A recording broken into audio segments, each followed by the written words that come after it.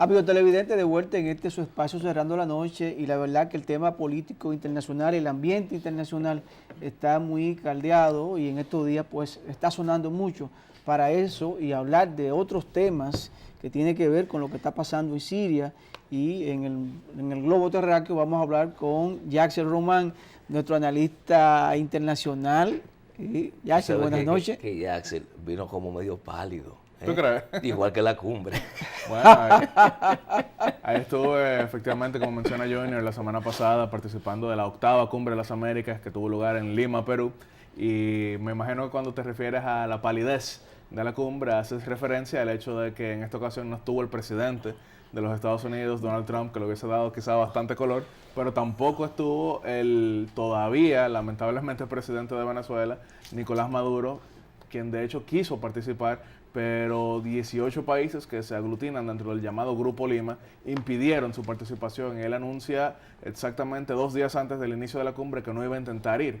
Tampoco estuvo participando en esta ocasión el mandatario cubano, Raúl Castro, quien de hecho esta semana se prevé que entregue no necesariamente el poder, pero la posición de la presidencia de la vecina isla, siendo esta la primera ocasión en alrededor de 60 años que no solamente una persona que no sea de apellido Castro ocupe la presidencia, sino también que por primera ocasión alguien que no bajó la Sierra Maestra ocupe la presidencia de Cuba.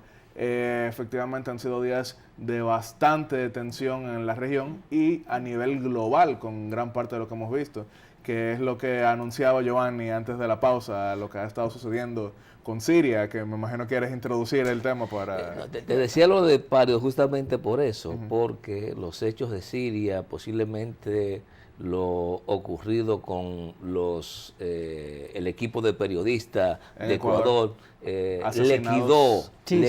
quitó brillo a la cumbre, al hecho que parecería ser que pasó desapercibida, sin pena ni gloria. Yo no diría desapercibida, pero cuando comparamos las 7 cumbres anteriores, de 1994 hasta ahora, lo cierto es que habían tenido muchísimo mayor impacto, y en esta eso no fue replicado. Ahora bien, sigue siendo el principal espacio de reunión entre los principales actores públicos del hemisferio occidental, y aunque no estuvo el presidente Trump, estuvo el vicepresidente Pence.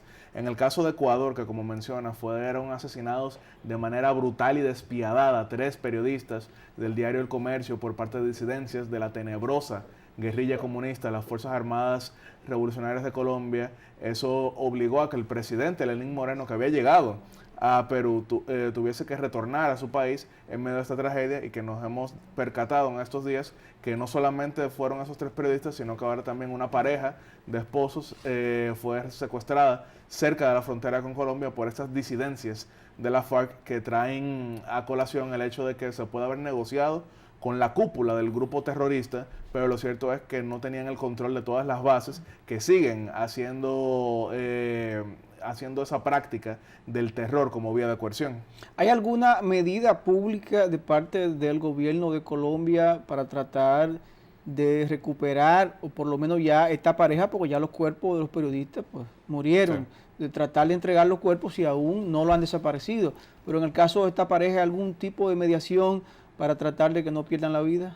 Bueno, lo cierto es que el ministro del Interior de Ecuador, César Navas, es quien ha estado tratando todo este tema, y ellos recibieron garantías de la vida de estas personas, pero todavía el gobierno colombiano, que en su inicio negaba que estuviesen en su territorio los 3 periodistas, lo cual terminó siendo comprobado como contrario a los hechos, ha sido muy fuertemente golpeado por esto, porque el gran logro del presidente Juan Manuel Santos, su insignia de estos 8 años de gobierno que se cumplen en julio de este año, ya cuando él entrega la presidencia, ya sea a Iván Duque, a Gustavo Petro, a Sergio Fajardo, alguno de los candidatos, había sido el acuerdo con esta guerrilla que había sembrado de terror a Colombia durante cerca de medio siglo. No era la única guerrilla, pero sí era la más grande, y a pesar de que estos van a tener ahora una representación bastante amplia en el Congreso de la República Colombiana, no obstante no haber logrado votos para ello, pero el acuerdo preveía 10 curules en el Congreso Nacional. Esto lo desdibuja bastante y exhibe, no quizá un fracaso total, eso sería extremista decirlo, pero exhibe que no tenían un control verdadero sobre toda la organización terrorista, las cabecillas de la FARC, que ahora estarán en el Congreso. Jackson, ¿hay alguna, más allá de la intuición de inteligencia, hay alguna evidencia que ratifique que estos individuos que dicen ellos que no son disidentes de la FARC, que ellos tienen su propia identidad, lo han planteado en una entrevista que recientemente publicaron, no sé si fue el Caracol o una de estas instituciones, más allá de eso móvil que pudieron haber tenido para cometer un hecho de esa naturaleza?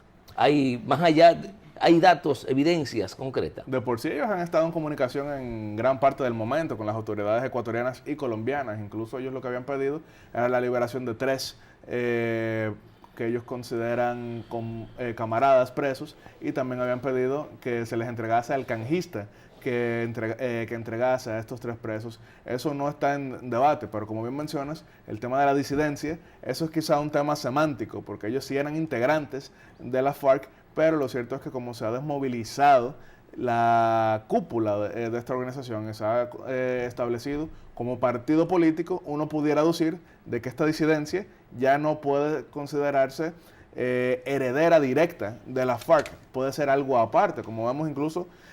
No quisiera hacer esa comparación con los partidos políticos, pero para que la audiencia entienda un poco, por ejemplo, digamos que el PRM es una disidencia del PRD, pero ya tiene su propia identidad, ya eso es el PRM, eso no tenemos que decir que es solamente disidencia del PRD, pero su génesis está en la organización anterior, que es lo mismo que pasa con este grupo que tiene su génesis en la FARC, pero que ha desconocido los lineamientos de quienes ya firmaron el acuerdo. Pero tú sabes que esa asociación no es casual que hacen los medios.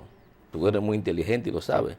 Es que persigue un objetivo muy marcado, sobre todo para fortalecer a esos sectores que han estado y están opuestos al acuerdo para la construcción de la paz que se ha llevado en Colombia. Claro, obviamente cada quien tiene su, digamos, línea, cada quien tiene su narrativa, cada quien tiene su visión sobre los hechos, pero lo que no está en debate es que hubo 3 periodistas ecuatorianos que fueron secuestrados, que fueron asesinados, y que esto fue reivindicado por un grupo terrorista, fanatizado, extremista, ideológico. Eso está fuera de debate. Ya quizá el triunfo o no del acuerdo de paz, el funcionamiento o no de ese acuerdo, ese es un debate sobre el cual podemos pasarnos varias horas, pero lo cierto es que nos solidarizamos con las familias de estas víctimas, que no son otra cosa, son víctimas de un odio generalizado que debió haber quedado atrás con la caída del muro de Berlín, pero que todavía un grupo de nostálgicos quieren reivindicar. ¿Pudiera esto crear algún tipo de fricción entre las relaciones diplomáticas Colombia-Ecuador? No necesariamente, porque incluso estos son casos que se han dado recientemente, pero a lo largo de la historia siempre se ha reconocido en Ecuador que en una parte de su territorio ellos no tienen frontera con Colombia, habían tenido frontera con la FARC. Incluso recordaremos aquí en la cumbre del Grupo Río en el año 2008, que era lo que decía en todo momento el presidente Rafael Correa, que sí le reclamaba a Colombia el desorden que él acusaba en ese territorio, porque decía que Colombia no controlaba su territorio, que eran las FARC que tenían gran parte de la frontera. Ahora bien, lo que sí puede tener esto es efectos políticos internos muy profundos. Ecuador, sabemos que el año pasado tuvo un cambio de gobierno, y un cambio no solamente de personas, sino que casi que de visión, a pesar de ser en ese momento el mismo partido. Es un gobierno que ahora está más debilitado porque perdió una base importante de su sector político, y también lo cierto es que en gran parte de las discusiones el gobierno se mostró con la línea tradicional de con los terroristas no se negocia. Entonces, cuando dijo eso el ministro César Nava el lunes pasado, gran parte de la sociedad civil ecuatoriana decía que había sellado la sentencia de muerte de estos periodistas. Entonces yo no descartaría que en cualquier momento sea removido el ministro del Interior César Nava, y tampoco descartaría que sea él mismo que renuncie, por lo que ha sido ya un fracaso la presión en el tratamiento de todo esto. Bueno, vamos entonces a hablar de lo ocurrido en Siria. Es el tema, el ataque es el tema de lo que se llama obligado bueno contra lo que se consideran malos. Bueno, ¿cuál es la situación? Bueno, precisamente hablaba anteriormente sobre el hecho de que a Juan Manuel Santos en el año 2016 se le dio el Premio Nobel de Paz por su intención de firmar el acuerdo con la guerrilla de la FARC. En el año 2013 recibió Premio Nobel de Paz la Organización para la Eliminación de las Armas Químicas. Esa es una organización que, con una intención bastante loable, promovía la eliminación del uso de estas armas que tienen un efecto no solamente contra quienes se les lanza, sino en gran parte del ambiente a su alrededor. Entonces, en ese momento se les premió, incluso se había reconocido como que habían logrado que Siria dejase de usar esas armas. Ahora ¿Y bien, cuándo se premió a Obama? Obama fue en el año 2009, cuando él Preventivo también, ¿verdad? Preventivo también, por buenas intenciones, pero pareciera que en el Premio Nobel de Física y de Salud no se lo No hay dan. buenas intenciones, hay que buenas probarlo. intenciones. Sí, Tú tienes que probarlo. Hay que probarlo.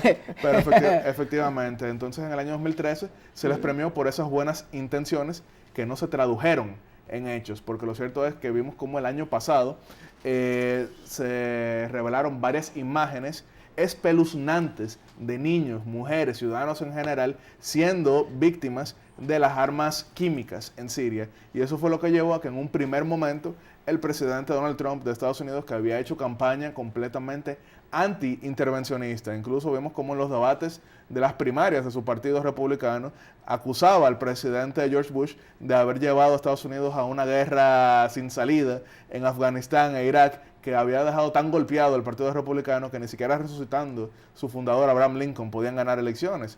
Era gran parte de su discurso, pero con todo esto que ha estado pasando en Siria, que también ha causado la crisis de refugiados más grande que ha tenido el mundo en los últimos años, entonces él ordenó unos primeros bombardeos. Pero ya con todo esto que se ha ido desarrollando, que se ha dicho que hay más ataques químicos, entonces el presidente Trump, que por esta razón, según informó él, pero no soy quien para dudarlo, según informó, por esta razón no fue a Lima, a la Cumbre de las Américas, por el hecho de que iba a anunciar el viernes pasado sus medidas contra el régimen de Bashar al-Assad.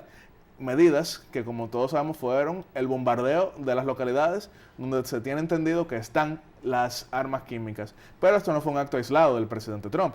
Vimos como, por ejemplo, la primera ministra del Reino Unido, Theresa May, endosó el ataque. Vemos como también el presidente de Francia, Emmanuel Macron, endosó el ataque. Vemos también como por ejemplo, varios otros sectores, como es el caso del primer ministro de Canadá, Justin Trudeau, que nadie colocaría en el mismo sector ideológico que Donald Trump. Vimos como el ex secretario general de la OTAN, Jens Stoltenberg, también endosó el bombardeo. Vemos como también varios otros sectores de gran influencia endosaron los ataques, pero ha habido uno que lo ha combatido en todo momento y que ha incluso llamado a que se debata de manera profunda cuáles fueron las medidas, y es el caso de Rusia.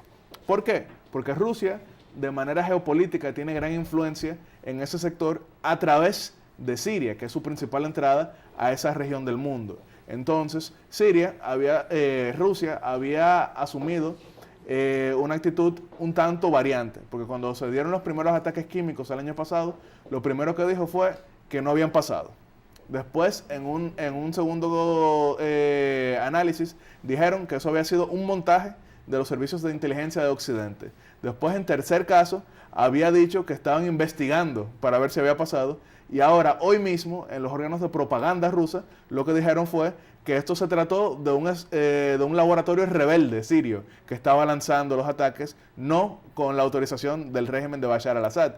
Entonces ya se está reconociendo que sí hay víctimas de los ataques químicos, pero desde el punto de vista geopolítico, como les decía, esto va más allá de solamente Siria, va más allá de solamente esta guerra civil que ha desgarrado a ese país, sino también el hecho de que, a pesar de que ya no estamos en la tradicional guerra fría entre el comunismo y el capitalismo, pero sí estamos en una guerra geopolítica entre la influencia de Occidente y la influencia de Rusia. A pesar de que durante gran parte del año pasado se llevaron a cabo investigaciones sobre posible injerencia rusa en la campaña estadounidense, principalmente para favorecer a Donald Trump, este ha asumido ya últimamente un discurso más antagónico con Rusia, sin que eso signifique que las investigaciones hayan terminado, porque sigue el FBI investigando sobre esa supuesta injerencia. Pero basta resaltar que Trump no ha sido el único presidente americano que durante estos 18 años que Vladimir Putin ha tenido el poder total de Rusia, ha intentado llevarse bien con él. Recordamos que Bill Clinton, al final de su mandato, incluso consideraba a Putin parte de lo que ellos llamaban en ese momento la tercera vía política. Recordamos que George Bush también intentó acercarse. Recordamos que Barack Obama, quizá no tanto con Vladimir Putin, pero con Dmitry Medvedev, entonces sí intentó acercarse, incluso invitándolo a Washington a juegos de básquetbol, a comer hamburguesas juntos y demás, pero en cada uno de estos casos terminaron en una relación muy tensa y es lo que ha estado pasando y pareciera que es lo que va a ocurrir ya también con el presidente Trump y el presidente Putin recientemente reelecto. Pero tú hablas de que esa negación de los sirios no admitir el problema de armas químicas, ni los sirios ni los rusos, pudiera crear algún tipo de conflicto entre las naciones que sí han endosado ese ataque a Siria y Siria y Rusia. Yo sé que no va a trascender en una guerra, pero sí pudieran haber, en el caso de incursiones militares a Siria, y pudiera haber incursiones del lado de Rusia defendiendo estas incursiones militares. Efectivamente, y también hay que tomar en cuenta algo, el Consejo de Seguridad de la ONU también tiene como integrantes a Rusia y a China, que por razones geopolíticas han endosado el régimen de Bashar al-Assad, pero también en ese Consejo de Seguridad de la ONU está Estados Unidos, está Reino Unido y están otros. Ahí no va la mayoría, no. Esto es una cuestión de voto de mayoría. Con un voto disidente pudiera detenerse un ataque. Tiene que ser siempre voto unánime, hacia eso iba.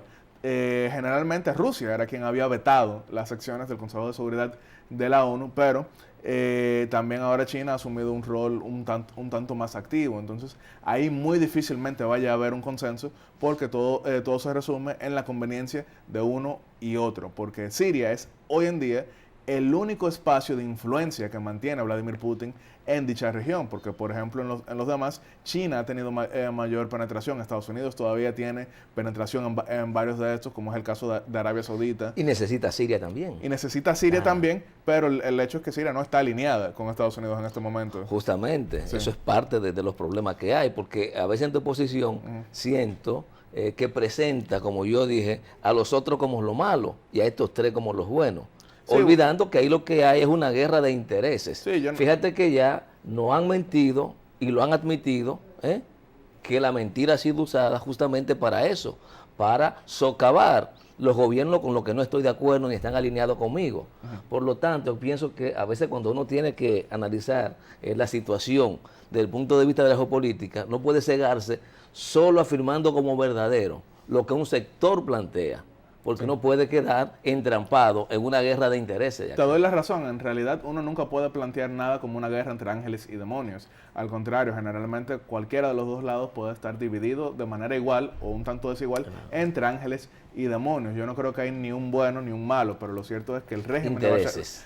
Sí, hay intereses, pero lo cierto es, lo innegable es, y lo que no es debatible, es que Bashar al-Assad es un dictador que oprime a su pueblo. Ahora bien, que hay más dictadores que también oprimen a su pueblo y que no vemos esa beligerancia de parte de Occidente porque son de los míos para removerlos, eso es otro tema. Ahora que mencionas el tema de los míos, o sea, siempre hay una frase atribuida de manera casi que legendaria al presidente Franklin Delano Roosevelt, que es la de él podrá ser un HDP, pero es mi HDP. Eso termina resumiendo gran parte de la geopolítica, pero vuelvo y digo, para el pueblo sirio, que de por sí tiene una gran relación con la República Dominicana, porque parte de la migración árabe que hubo históricamente hacia República Dominicana fue no solamente libanesa y palestina, sino también siria.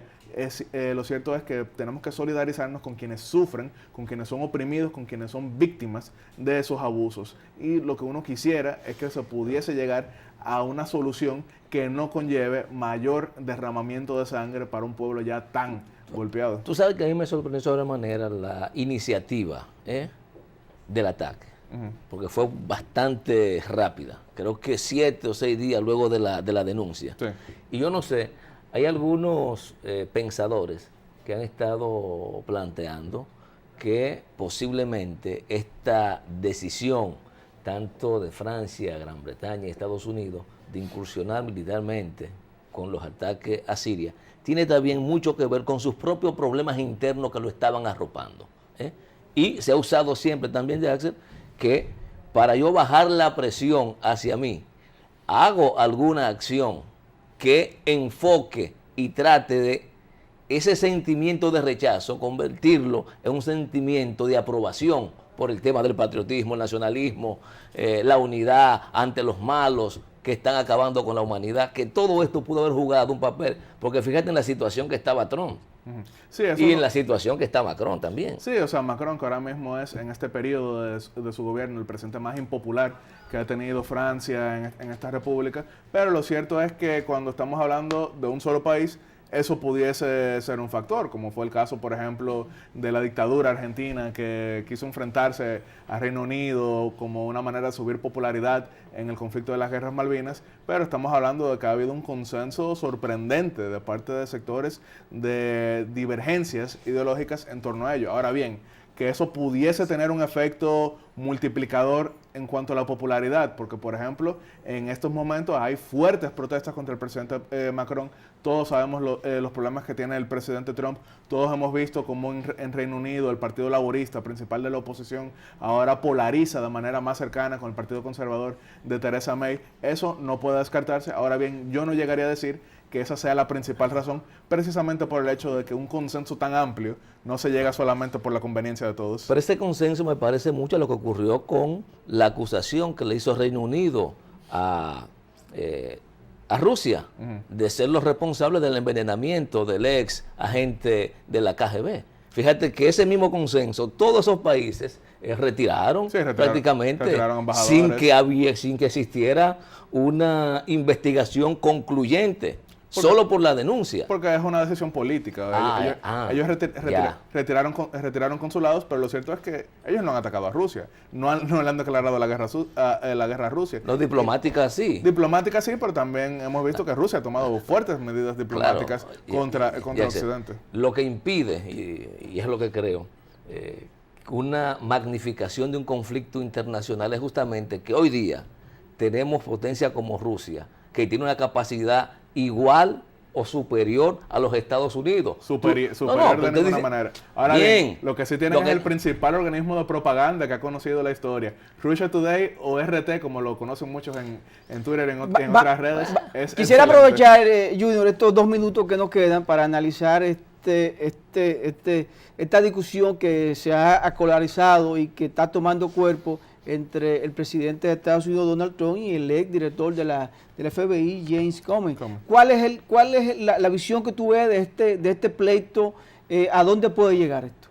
Bueno, lo que sí tengo que reconocer es que fue bastante condenable la manera en que actuó el presidente Trump destituyendo al director del FBI en un momento en que ya planeaba una investigación del presidente Trump. Eso es muy condenable y nos retrotrae a una época como la de Watergate, que fue también bastante criticable. Ahora bien, las actuaciones de James Comey posterior a esto, con las entrevistas que ha dado y los fragmentos de su libro y la manera en que él se contradice en el mismo libro, yo creo que lo deja también como una persona que ahora mismo lo que está buscando es atención más allá de la verdad. Porque, por ejemplo, James Comey en varias de sus comparaciones anteriores, cuando había hablado de la investigación a Hillary Clinton, que fue un gran tema durante la campaña del año 2016, había dicho que no miraba las encuestas a la hora de investigar, pero ya en su libro reconoció que sí, que su actuación estuvo muy fuertemente influenciada